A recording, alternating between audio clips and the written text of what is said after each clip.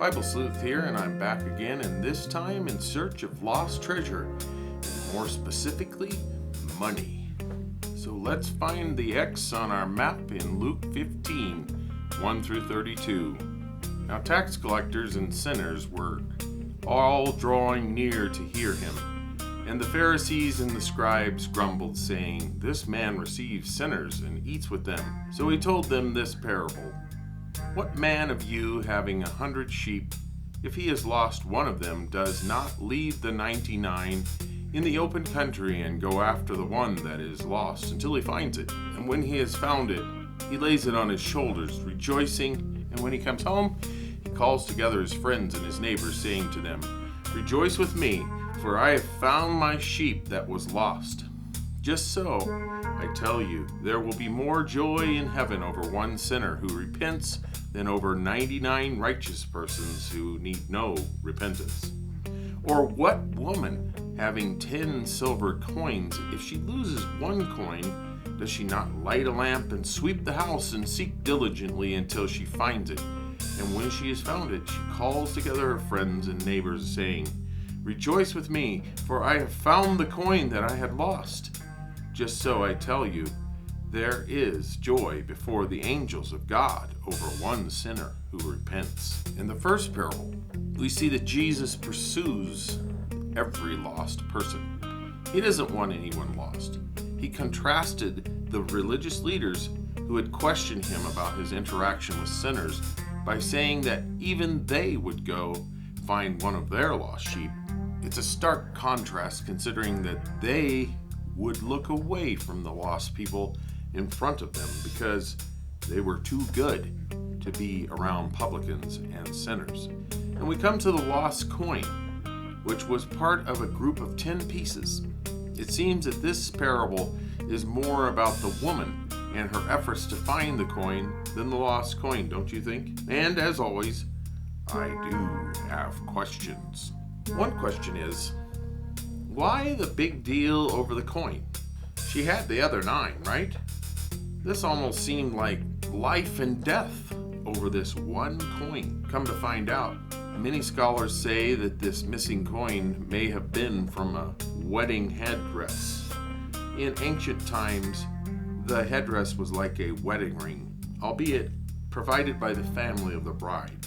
It may have also served as a type of dowry. Marriages were arranged like contracts between families and had little to do with romance. The headdress may have been a part of the arrangement. Given that information, it gives even more credence to why God forbid the Israelites from intermarrying with other cultures.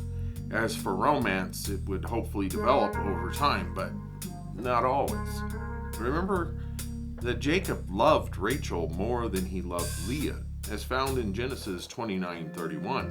In fact, Leah felt unloved, which was why God allowed her to have children when Rachel couldn't.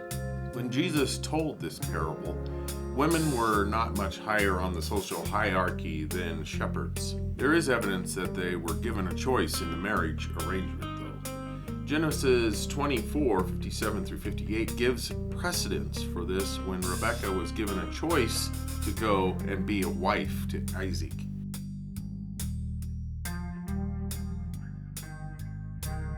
But back to the lost coin. It would seem there is more to this coin considering Jesus' emphasis. I think we need to delve into that headdress a little deeper, especially as it applies to the parable of the lost coin. Upon what I could gather at the library, it was most likely that the customary standard number of coins sewn into this headdress was 10, though it was possible to have more. These coins were not just a wedding decoration, but actually were to serve the newlyweds as a type of emergency fund.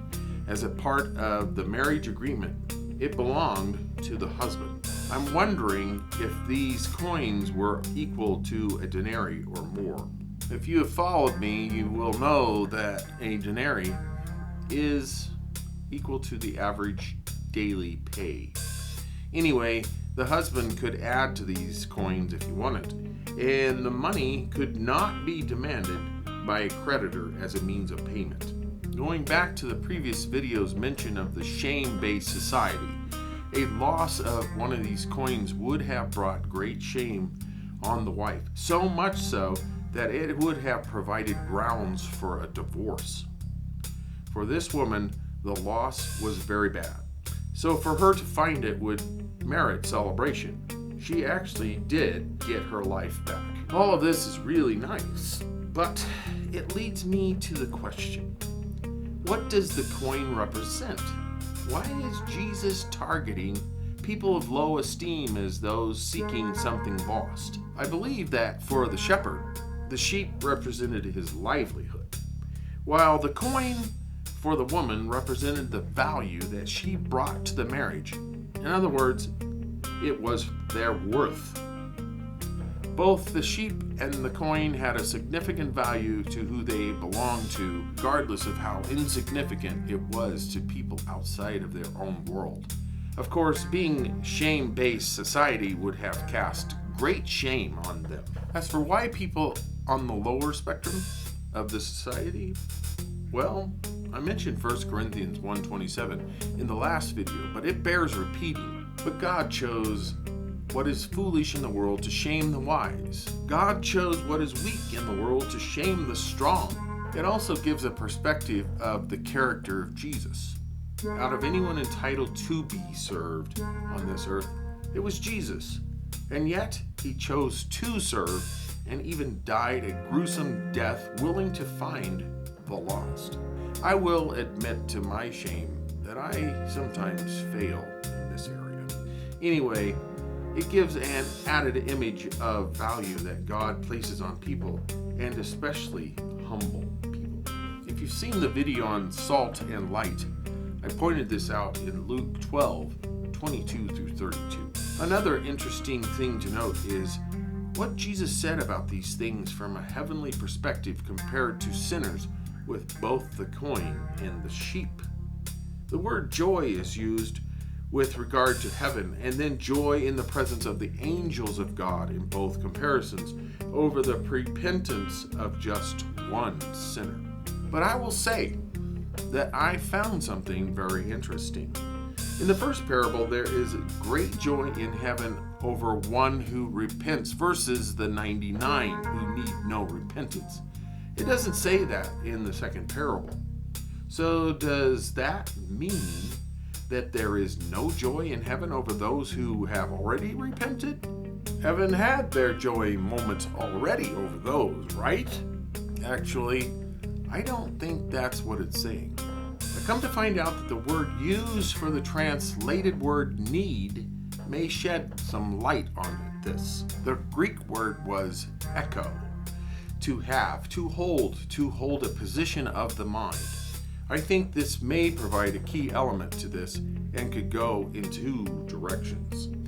Either the 99 thought there was no need for repentance, or possibly repentance was something that was ongoing, repeated as an echo of the voice reverberating across the water.